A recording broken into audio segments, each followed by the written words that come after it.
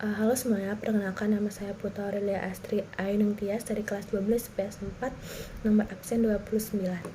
Di sini saya akan menjelaskan teks esai dengan topik penanggulangan KKB di Indonesia. Sebelum dikenal dengan sebutan KKB, kelompok ini dulunya dikenal dengan Organisasi Papua Merdeka atau OPM.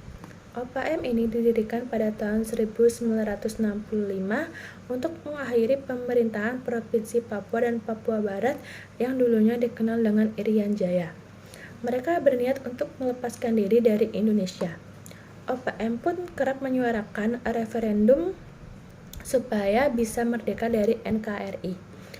KKB adalah singkatan dari kelompok kriminal bersenjata yang merupakan sebuah kelompok yang kerap menebar teror baik kepada warga sipil maupun TNI serta Polri di wilayah Papua. Tujuan KKB Papua ini adalah untuk melepaskan diri dari Negara Kesatuan Republik Indonesia atau NKRI.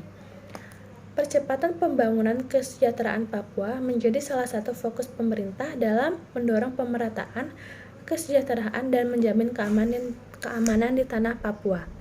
Beberapa peristiwa kekerasan yang terjadi antara kelompok kriminal bersenjata atau KKB di Papua dengan aparat keamanan maupun masyarakat sipil membuat pemerintah untuk melakukan upaya khusus dalam penanganannya. Untuk itu, dalam menghadapi KKB, pemerintah menyiapkan langkah strategis dengan harapan langkah ini bisa ditangani dengan baik. Menurut Wapres, diperlukan adanya perubahan strategi dalam menghadapi KKB di Papua ini, khususnya dalam menjaga keamanan masyarakat. Kepala Staf Kepresidenan Muldoko menegaskan bahwa pemerintah tidak akan melanggar nilai-nilai HAM atau hak asasi manusia dalam menangani persoalan KKB di Papua. Menurutnya, hal tersebut merupakan pesan penting dari Presiden Joko Widodo dalam sidang Kabinet Paripurna. Deputi 5 Kantor Staf Presiden Jaleswari Pramodawardhani mengatakan keputusan penyebutan kelompok kriminal bersenjata atau KKB Papua sebagai organisasi teroris sudah dilakukan dengan pertimbangan yang matang.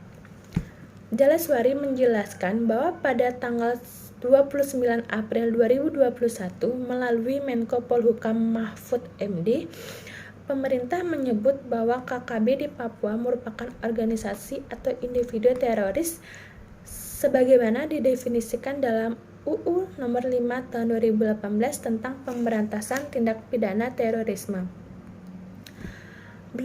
Berdasarkan data Amnesty International Indonesia, terdapat 69 kasus dengan pembunuhan di luar hukum oleh aparat keamanan di Papua dalam rentang waktu Januari 2010 hingga Februari 2018. Pelaku kekerasan didominasi oleh aparat kepolisian dengan 34 kasus, lalu anggota TNI 23 kasus. Pada tahun 2022 sudah terdapat 21 orang korban dari KKB.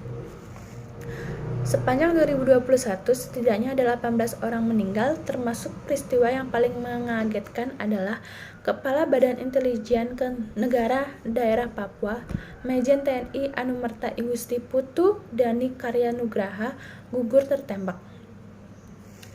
Terorisme dan KKB sangat berbahaya bagi keselamatan negara. Kedua hal itu dapat merusak sistem suatu negara, termasuk ekonomi negara itu sendiri. Banyak pihak yang dirugikan dari kedua hal ini. Solusinya adalah lebih memperketat penjagaan dan keamanan negara, terutama jalur kapal, karena banyak kelompok terorisme yang dibayar dari negara asing yang ingin menguasai ekonomi. Sekian dari penjelasan saya. Mohon maaf jika ada kesalahan kata. Terima kasih.